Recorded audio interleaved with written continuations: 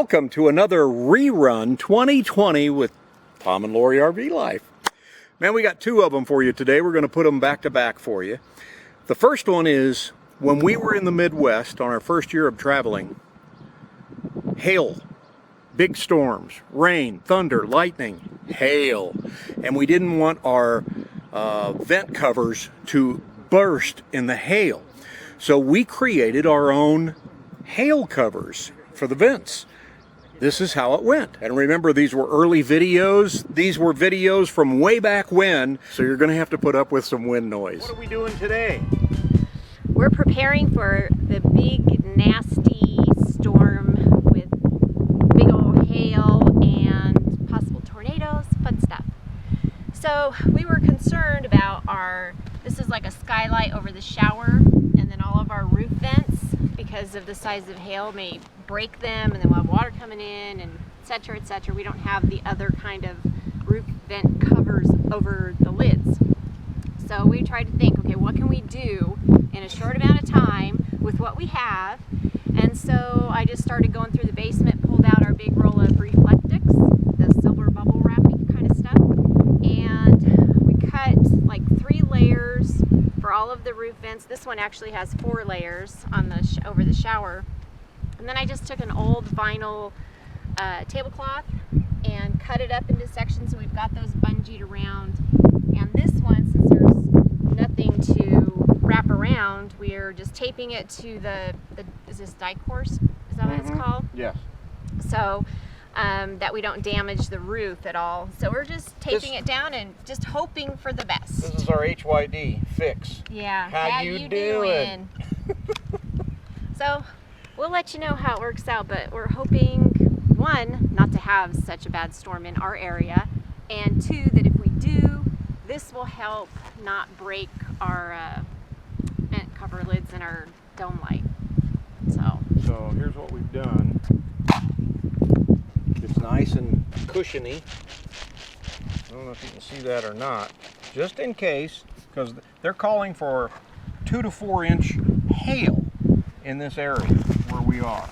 And we've got them bungeed together.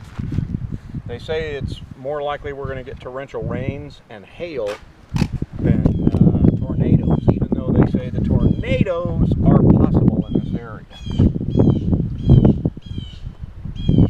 So we've got 3 vent covers, and then we have the big dome over the shower.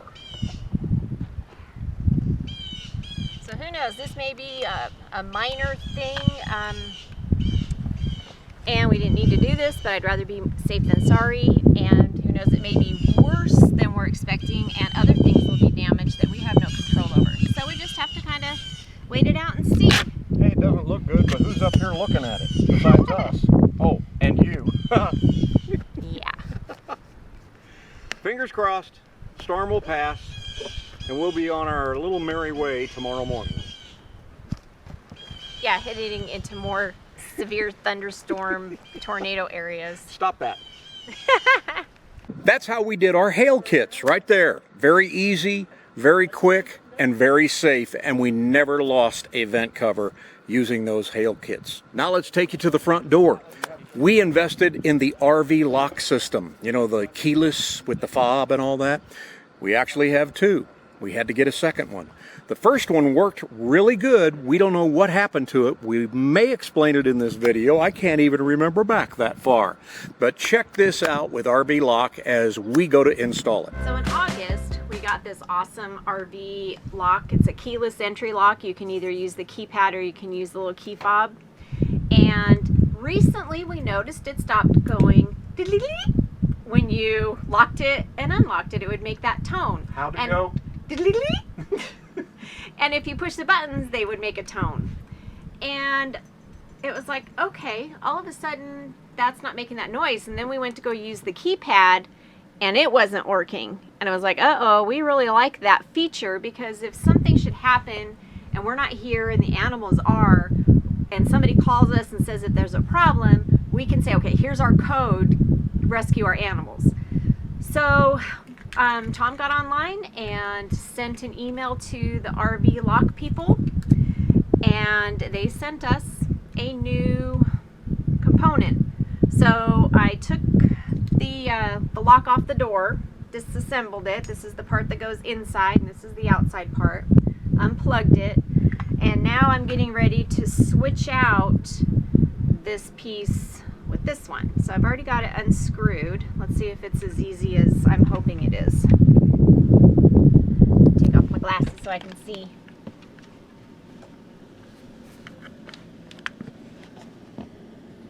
I'm doing this on the floor so that I don't drop any pieces or screws or anything and I'll be able to find them because they'll be right here. Trying not to screw up that little seal.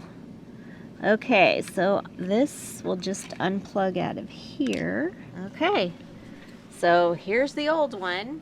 And I don't know what could have happened, but maybe they just go bad. But it's only been a little over 6 months, so I'm hoping that that's not a common occurrence. So now we take the new one, carefully plug this white cord back in here. Trying to get this back in here without pinching the wires. I think that's it right there. So I'll screw that back in, and then we'll have to go to the door because this comes through the door hole and connects to this, and then we need to screw everything else back onto the door. So let's see, let me get all this screwed in.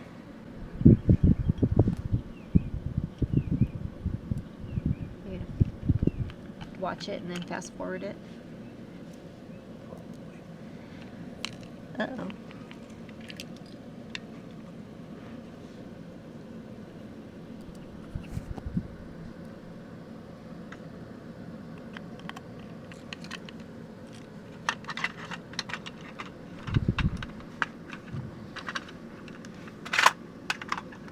Alright, now it's time to put this back through the front of the door.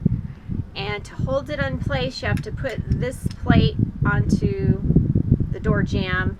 There's the 2 little screws for that. And then once that's up there and through, then we can put on the inside part of the door. By the way, this is our view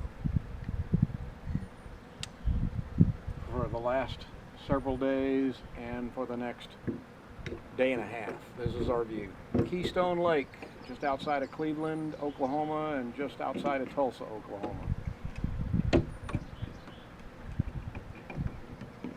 This is my view. Woo, this is better than looking at the lake. What's that, a woman that knows how to use tools? You got that right. All right. So I've got the front of the door lock in here. And now I need to put the switch plate on it.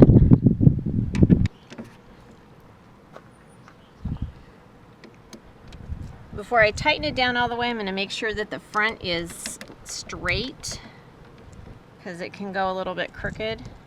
So there's really no other way to put it in, but you can adjust this just a hair. I know my big head's in the way. All right. Now I need to go and get the other part, the inside, so I can plug this in and then screw in the screws there, and I have got those in my back pocket. Okay, so here's the inside part of the door. So I need to take this and plug it in. Oh, we have sound. It's kind of nice. It's just, I mean, the key fob was still working and it was still locking the door and unlocking it, and we could use the key, but I just really like, I mean, that's part of why we bought this, was to have a keyless entry, and for us it's kind of a safety precaution for the animals, because that way you could always just give your code to an authority and they can get into the house. So you have to be really careful you don't pinch the wires when you put it back on. So I just kind of folded it, zigzagged. You have to be careful not to pinch them. Oh, and you have to get this little doodad just right with this. It has a flat side and so does the red knob. So I have to get that on there too, just right. This is one of those jobs that it's good for a girl with little fingers. Did I miss something? Where's the handle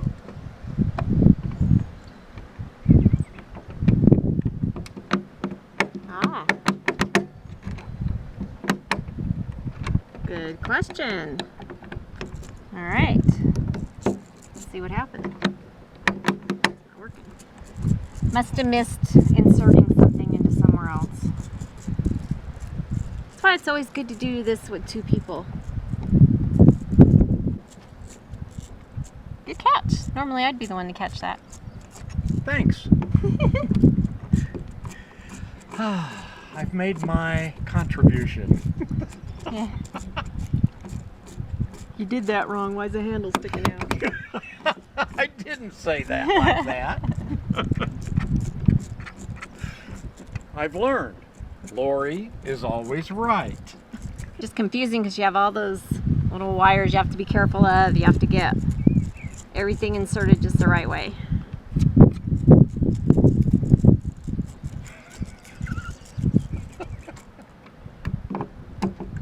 That's what she said. This right here is part of that handle, and it needs to be right in there so that it can push the latch, and it was not where it belonged. So tuck that in there again. Okay, screw this back on again. Now, didn't I have that on me? Yes. Must have took it off. Where's the key fob? Must be over there. I think I took it off. I had it on my belt loop. It's on the floor. Yep.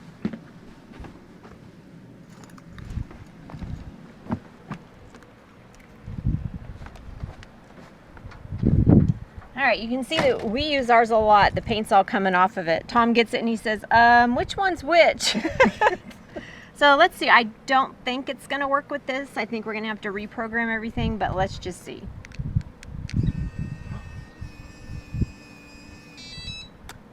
It worked. What do you know? I'm going to try our code on the other side of the door.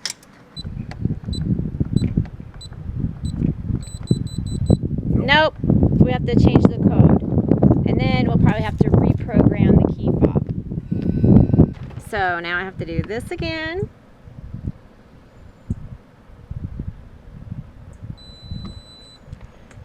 Punch in the original code.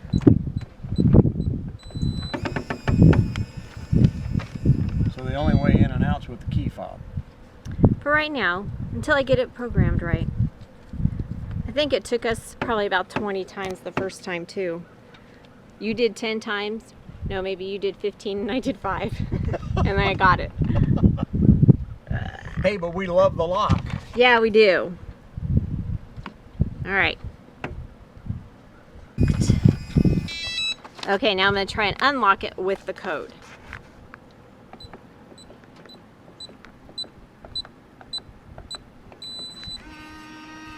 Yes! Yay! Do-do-do-do. Just have to get it all done in that 12 seconds. All right, one more try locking it with the code.